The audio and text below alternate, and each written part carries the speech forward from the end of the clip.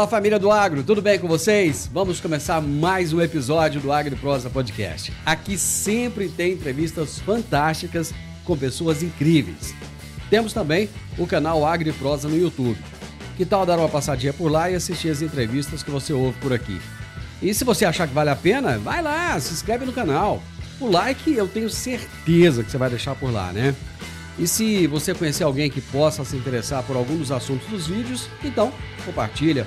Simbora então para mais um AgriProsa Podcast. Rural, urbano e imóveis, onde o campo e a cidade se encontram com perfeição. Somos especialistas em comercialização de fazendas, lotes para ranchos, chácaras e sítios. Acredite, encontrar o lugar dos seus sonhos é mais fácil do que você imagina. Realize o sonho de viver em harmonia com a natureza.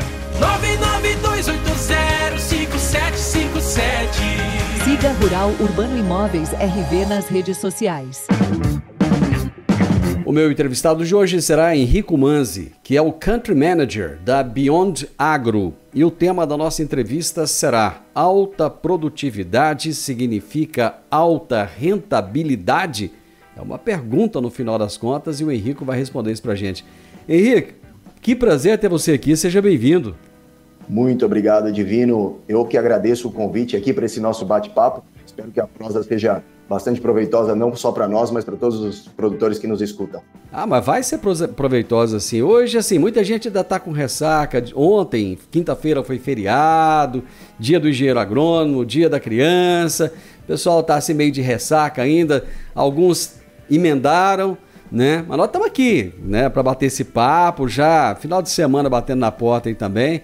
Mas é muito bom a gente entender essa questão que vai ser colocada aqui hoje. Porque muita gente acha o seguinte: puxa, vamos aumentar a produtividade, vamos produzir mais. O negócio é produzir acima de 100 sacas, né? Tá, mas a que custo e quanto vai sobrar no bolso? E é isso que você vai apresentar para a gente hoje. Trazendo dados iniciais. Aliás, antes desses dados iniciais, me conta o que é um Country Manager. Eu já fiquei na dúvida aqui logo no início. Não, maravilha, Divino. Na verdade, Country Manager, como muitas expressões aí do inglês, vem para ser o diretor-geral das operações aqui do Brasil, né? Você acaba atacando as diversas frentes da companhia. É só um nome bonito para o gerente-geral que a gente estava acostumado aqui do passado, mas no final das contas tomar conta da operação da companhia e fazer ela dar certo aqui. Mas o pagamento é em dólar? Olha, infelizmente não. Eu acho que cabe uma renegociação depois desse nosso papo. Boa, boa. Fala um pouquinho pra gente da Beyond Agro aí. Legal. Divino, na verdade, eu gosto mais do que falar que o que a gente faz é o porquê a gente existe, porque ele diz muito sobre o que a companhia se propõe a fazer.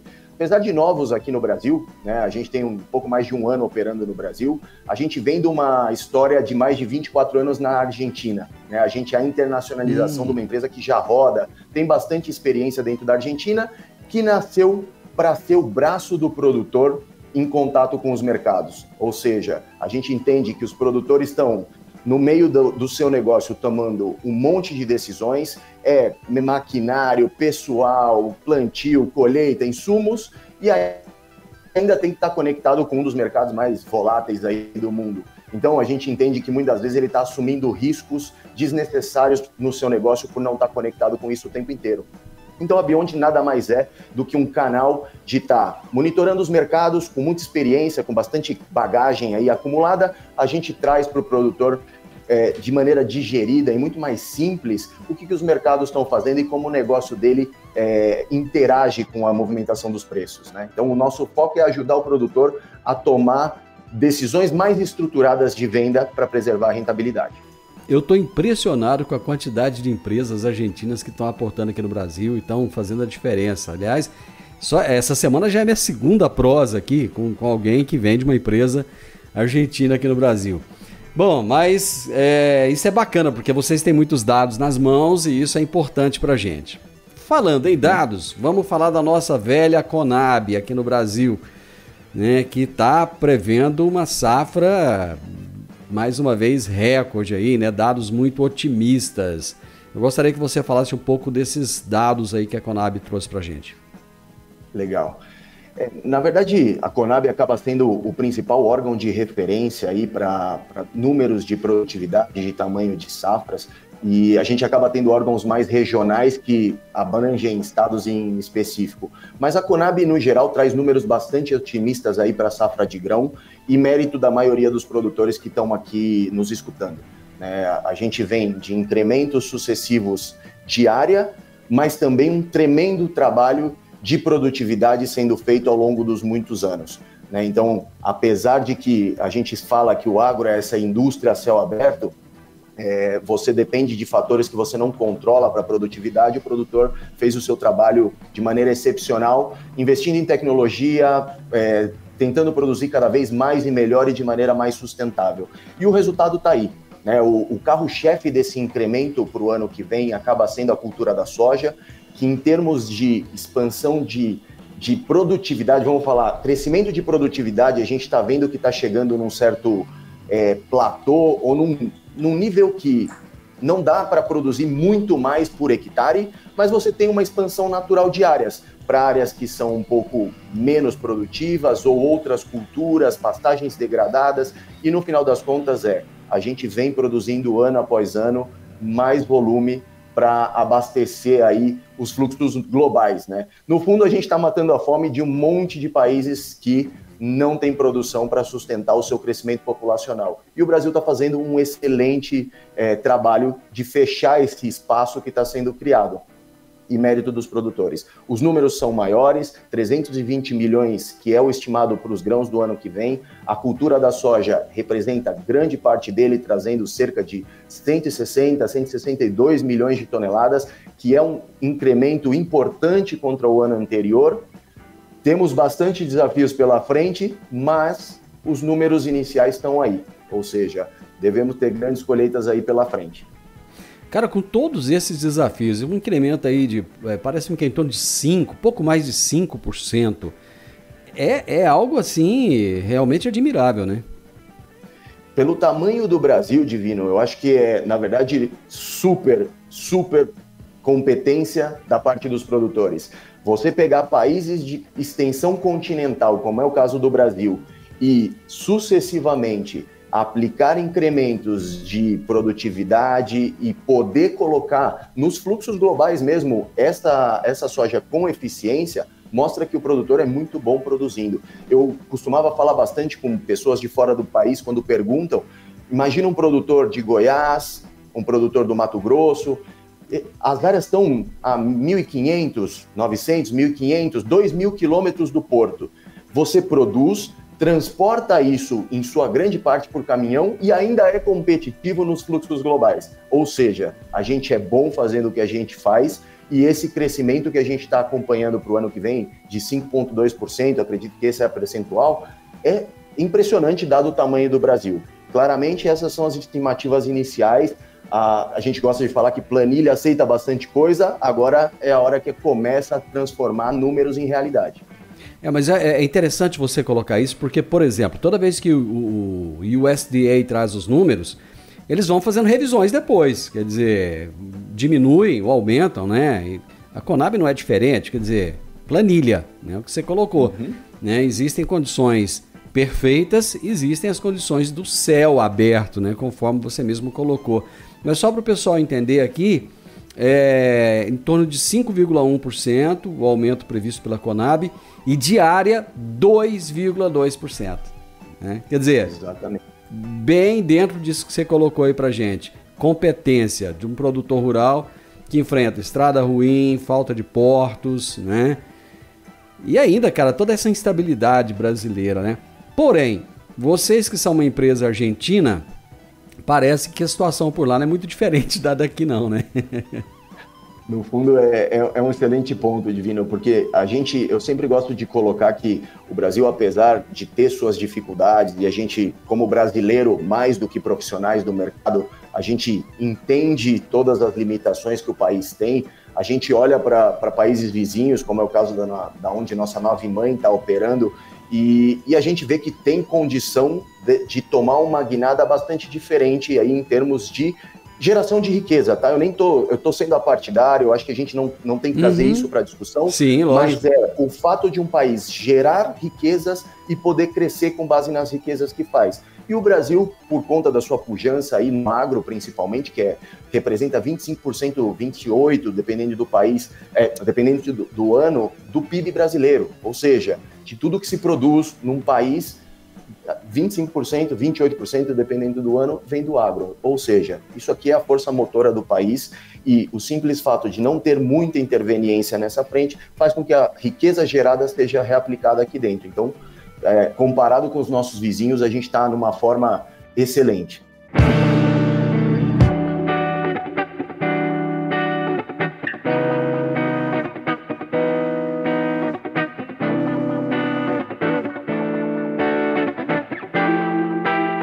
Quais são os fatores que devem ser considerados na hora de fazer essa análise financeira aí de uma safra?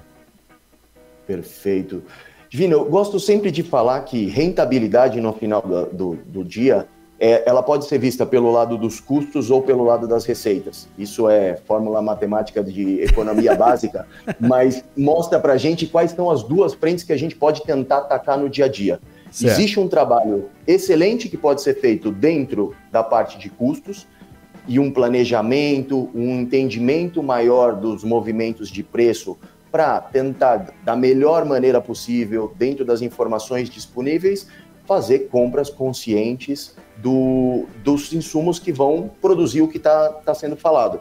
Então, entender o quanto vai ser plantado, monitorar os movimentos de preço dos insumos e muitas das vezes eu sempre vou trazer isso na conversa, que acertar o olho da mosca é bem complicado, mas direcionalmente a gente gosta de olhar que a gente tem que estar ano após ano tentando melhorar aquilo que a gente fez o ano anterior. Aprendemos com os sucessos, com o fracasso, e a gente remodela e vai de novo para fazer o ano seguinte. A parte boa de safra é que você tem 2 no ano, 3, dependendo do lugar, e você tem chance de ir aprendendo e ajustando.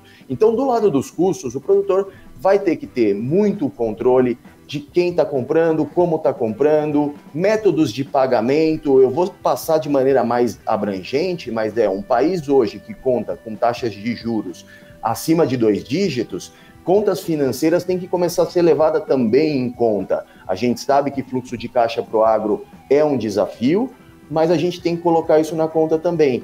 Como e quando pagar. Isso vai formar o custo do produtor. E é interessante porque no dia a dia a gente, falando de custo, seria a base da produção, muito produtor ainda não tem o controle na vírgula de como isso funciona. Então, a gente fala que não só negociar bem, mas entender os seus custos para que você faça a base ou o pré-requisito bem feito. Comprei bons insumos, fiz uma boa aquisição, isso já abre espaço para que a segunda parte, que é a parte da receita, teu negócio possa sofrer um pouco mais de desaforo, vamos colocar assim, dos mercados. Ou seja, eu não preciso acertar de novo o olho da mosca nos preços. A produtividade é decorrência de uma boa aplicação de insumos com o clima e depois vender bem. O planejamento e execução na parte de vendas, que a gente, como o Beyond veio para tentar ajudar o produtor, a gente entende que ainda é mais desestruturado. Ou seja, dá uma olhada no mercado, ele está verdinho, é um bom dia para vender, ele está vermelhinho, um mau dia para vender. Na verdade, a gente tem metodologias que ajudam a construir uma receita boa para o produtor. Então, olhando das duas frentes, eu acho que não tem uma mais importante que a outra. Comprar bem os insumos, fazer os plantios e os tratos culturais da forma que tem que fazer na janela adequada, porque aí você extrai o máximo dos insumos que você adquiriu, produz bem, é uma consequência de competência do produtor com São Pedro, e na última parte é ter um planejamento e uma execução de vendas bem estruturado também. Às vezes as oportunidades mudam de um dia para o outro, a gente vive em um mundo e um mercado bastante volátil, então tomar essa decisão é bastante importante. Então você vai ver que o ponto em comum de todos passa por um bom planejamento, acompanhamento e execução, tanto da compra quanto da venda. Boa gestão no Brasil ainda é um gap? É um tremendo gap, Divino. Na verdade, eu não falo que isso é com juízo de valor, tem muito espaço para ser melhorado, trazendo controles, metodologia, então ainda é um ponto a ser melhorado, não significa que os produtores já não fizeram um excelente trabalho até aqui. Nós estamos mudando a conjuntura global, que vai fazer com que eles tenham que controlar um pouco mais na vírgula. E aí começa a gestão pesar muito no dia a dia. A gente toma exemplo de qualquer outra indústria, né, Divino? Se você pegar qualquer indústria, se não tem um controle de custos e uma boa planejamento e execução de vendas, a grande maioria não sobrevive. Às vezes vai ter que ter um pé na terra, outro no escritório. Com certeza. Eu gosto de falar que a gente vem para fazer o pé do escritório para não tirar o produtor daquilo que ele gosta de fazer, que é estar com o pé na terra. Mas no final do dia vai demandar horas de computador e escritório, porque sem isso vai ficando mais difícil de manter o negócio sustentável no tempo. Não dá para fazer só o que gosta, né, cara? Não dá. Bom, preço é uma questão de mercado, né? O mercado ele é soberano, é ele que impõe, né? Ele que dita a regra. Não dá para o produtor chegar e falar, eu só vendo minha soja se for nesse valor aqui. Tudo bem. Às vezes ele vai ficar com aquela soja lá parada um bom tempo, né? Mas existem eventos como essa questão da Argentina, né? Vai ter quebra mesmo na Argentina? Como é que tá? Pô, Divino, a gente vem de uma safra bastante complicada. Na Argentina pegou e resvalou parte no Rio Grande do Sul aqui, né? Então a gente vem de uma quebra de safra por conta de menos chuvas. Isso tem bastante a ver com fenômenos climáticos, né? A gente vem 3 anos de laninha, que indica menos chuvas para a região centro-sul da América do Sul, então quebrou bastante, vamos colocar assim, quase metade do que era esperado foi produzido, e o que foi produzido tem seus problemas de qualidade, então a gente vem de desafios, e pegou o Rio Grande do Sul em cheio também, tá? Então a gente teve boas quebras aí, né? Grandes quebras dentro do Rio Grande do Sul, então o clima acaba sendo bastante responsável por essa menor produção vindo daí. Tá, mas daqui para frente a tendência é melhorar lá, porque deve, com o El Niño, chover mais no sul e chover um pouco menos aqui no centro-oeste, pelo menos é o que se fala, né? Exatamente. A mudança de um padrão de laninha para El Niño começa a indicar melhores chuvas, né? A gente tem boas chuvas do centro-sul da América do Sul. As zonas que acabam sofrendo um pouco mais com o clima mais seco são as áreas do norte e nordeste do Brasil, que já sai um pouco da influência do fenômeno El Niño. Até o presente momento a gente tem, provavelmente os produtores estão escutando, falando, olha, melhores chuvas, e a gente está vindo de complicações agora no começo, mas os mapas começam a mostrar uma normalização aí nas próximas semanas. Tá, como é que essa quebra da produção argentina e os desafios enfrentados pelos produtores dos Estados Unidos, que foram muitos também em relação à questão climática, como é que eles afetam os preços do grão aqui no mercado brasileiro? Perfeito, excelente pergunta, Divino. No fundo, eu gosto sempre de pontuar que quando a gente fala de quebra de produção, nós estamos falando, olha, tem menos produção no mundo, então os preços deveriam ser positivos, ou seja, a gente tem que ver preços subindo. Teoricamente, né? Teoricamente. Então, se a gente pegar o padrão dos últimos 6 anos, é o que aconteceu. Ou seja, a gente vem de ciclos de crescimento de demanda e a produção esperada que ou acontece dentro do esperado ou vai faltar produto. Então você viu movimentos bastante fortes de subida de preço. O que aconteceu o ano passado é que, apesar das quebras que a gente presenciou na Argentina, no Rio Grande do Sul, e fazendo a transição para uma safra americana que está complicada também, é que o mundo passou a demandar um pouco menos, ou uma velocidade de demanda um pouco menos forte do que foram os últimos anos. E você tendo um país que fez o trabalho bem feito, como é o caso do Brasil, e traz o tema da nossa conversa, produtividade é sinônimo de rentabilidade, que no final das contas você tem um país que meio que está cobrindo essa demanda de uma forma satisfatória. Então, mesmo com quebra na Argentina e no Rio Grande do Sul, e agora uma safra dos Estados Unidos menor do que o esperado, eu acho que o fato do Brasil ter feito essa recuperação e produzido bem 155, 157 milhões de toneladas da safra 22-23, ou 162, que é o estimado da 23-24, é bastante soja, é bastante produto sendo colocado no mercado. A gente está falando bastante da soja, mas, no geral, o Brasil fez uma recuperação em produção de milho, fez uma recuperação na produção da soja, produziu bastante algodão. Então, da onde você olha, tem competência do produtor produzindo bem.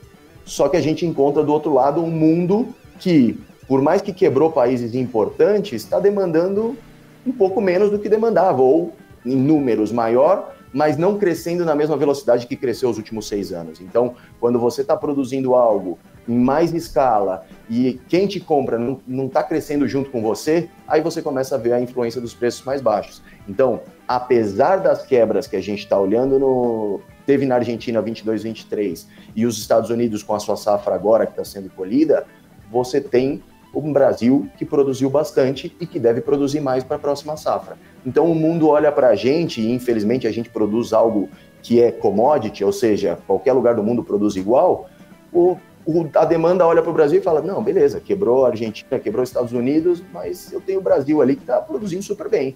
Então eu não preciso pagar mais caro. Então aí você acaba tendo um movimento decrescente nos preços, mesmo diante de quebras de safra.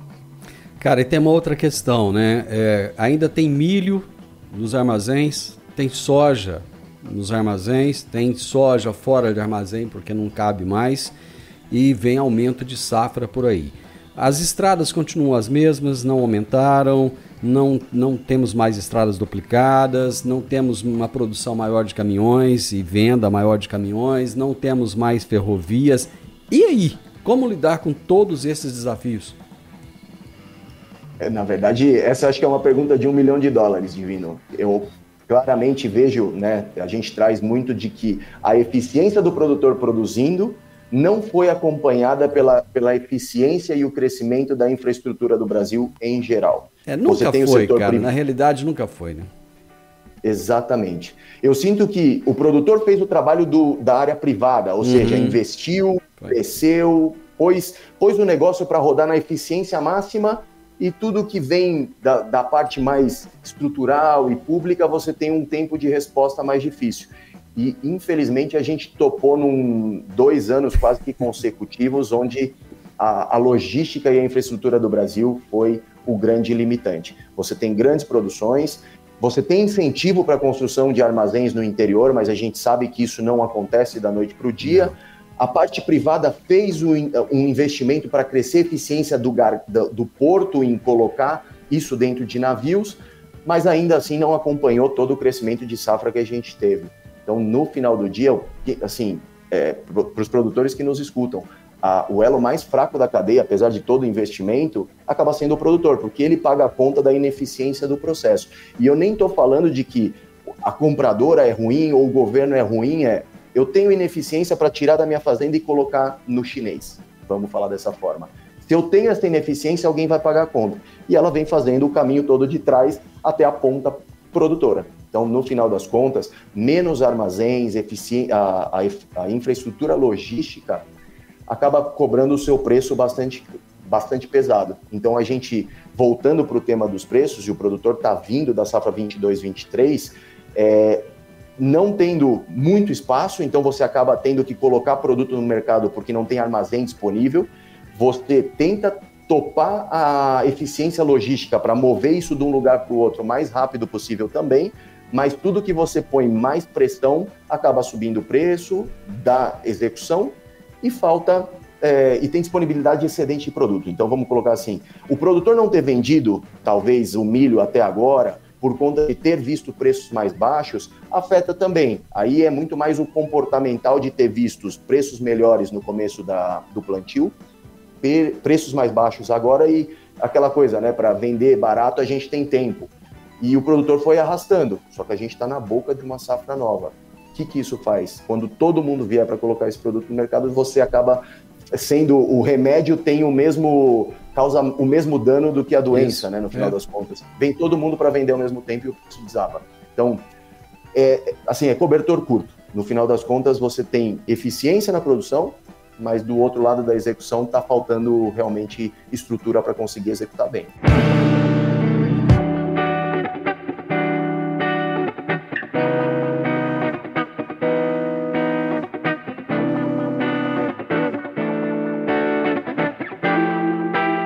Eu vou criar um exemplo aqui quase que esdrúxulo, porque acontecer isso é muito, sei lá, seria quase que uma mega cena sozinho. Digamos que tem uma safra perfeita, né? chove na hora certa, dá tudo certo, as condições de plantio são ideais, você não tem praga, você não tem doença, tudo, né? A colheita maravilhosa, estrada, logística, tá, enfim, né? Imagino que os planetas ficaram naquele alinhamento perfeito. Tá, superprodução, 5% a mais de produção. E aí? Quais são os desafios que os produtores enfrentam diante disso? De uma produção tão alta, por exemplo? Não, genial, Divino. Assim, a gente adora pensar no exemplo da perfeição do lado produtivo. Eu acho que é super legal esse exercício. Por quê? Porque qualquer lugar que você pensa, você fala, não, produzir tudo perfeito, eu vou ter excelentes rentabilidades, eu vou ter um monte de produto para vender.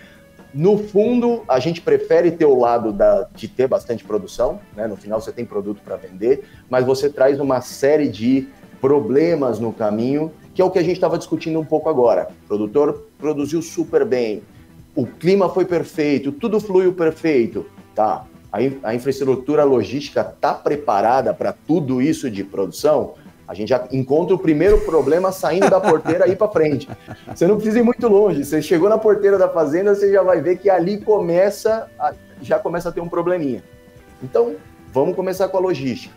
E no final do dia, eu acho que tratando-se de commodities, a gente tem que combinar o jogo com os russos, né? Eu brinco sempre que chinês do outro lado vai ter demanda, apetite, gente para consumir tudo isso do outro lado.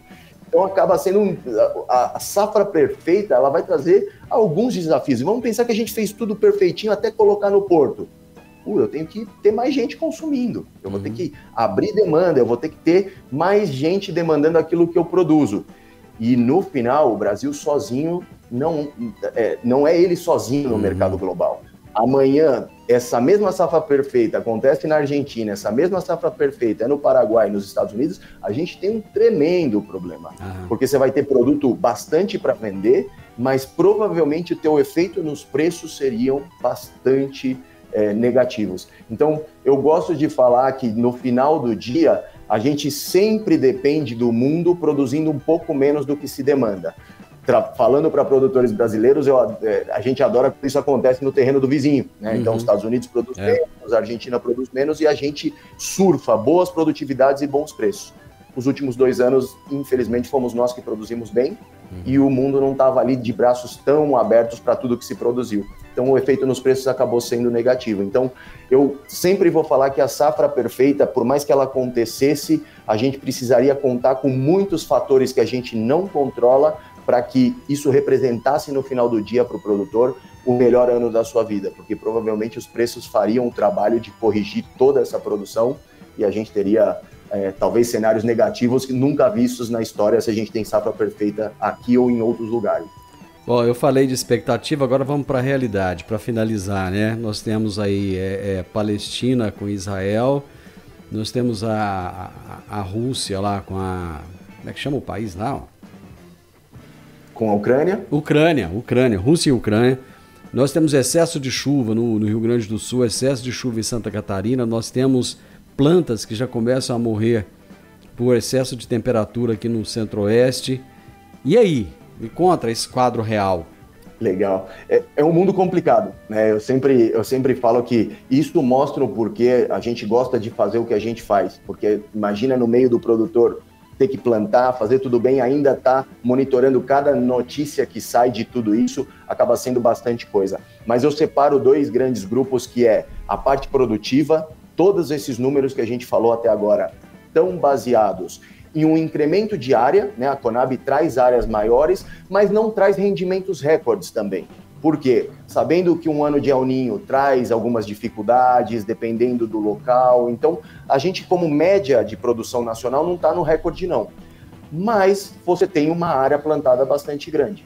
Dito tudo isso, a gente começa agora a depender muito do clima. E isso, infelizmente, não dá para controlar. O produtor está de olho, a gente não teve visto as chuvas na mesma intensidade de que deveriam estar num ano de El Niño típico. Então, o plantio está atrasando um pouquinho mais do que o esperado. A gente fala com produtores e eles estão preocupados com o que tem acontecido. E eu estou falando isso centro-norte. No sul, e aí o fenômeno é o mesmo, né? Você tem um bloqueio das chuvas que deveriam estar subindo do sul e fechando o centro-oeste, e no final das contas elas estão embarreiradas ali. Então você está chovendo barbaridades ali no sul do país, e você está secando a região que deveria estar plantando bem. Então você acaba tendo os dois lados bastante prejudicados. Daqui para frente, se os mapas normalizam, a gente vai ter que fazer o trabalho bem reloginho. A gente sabe que há culturas, para você fazer 2, 3 safras no ano, você precisa ser muito cronometrado. Então, o clima no começo talvez não reagiu da forma que todo mundo esperava. O produtor está com as máquinas prontas para plantar. No Paraná, no centro-oeste, você tem alguns plantios que foram largados. A gente está plantado 10% da área estimada, muito alinhado com o próprio ano passado, só que com um cenário de chuvas e distribuição das chuvas bem diferentes. Daqui para frente, agora a gente vai ter que contar com São Pedro, não tem muito o que controlar. Uma vez que a janela abra, a gente fazer o trabalho bem feito.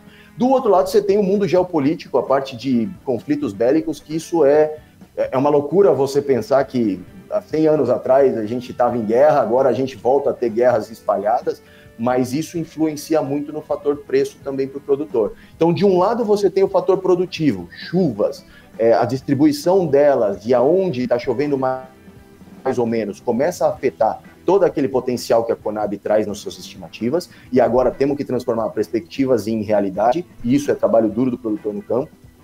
Depois disso, temos que contar que o mundo fique menos caótico, né? E que aí, infelizmente, literalmente, a gente tem que combinar com os russos tudo o que está acontecendo. Isso influencia commodities, inflação mundial, e tudo isso vai impactar preços do produtor no final do dia. O que é interessante colocar? O produtor tem muito controle da parte produtiva. Ele vai plantar na janela que ele tiver, tem maquinário para fazer.